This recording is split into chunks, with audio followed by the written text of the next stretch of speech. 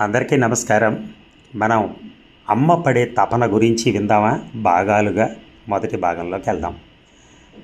ఒకరోజు ఆఫీస్లో పని ముగించుకుని ఇంటికి బయలుదేరాను. వర్షం బాగా మొదలైపోయింది.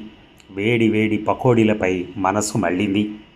సరే, ఇంటికి వెళ్ళగానే భార్య నిర్మలను పిలిచి, నిమ్మి, వేడిగా పకోడీలు కాఫీ ఇవ్వవా అని అడిగాను. అంతే, ఒక్కటే అరుపు.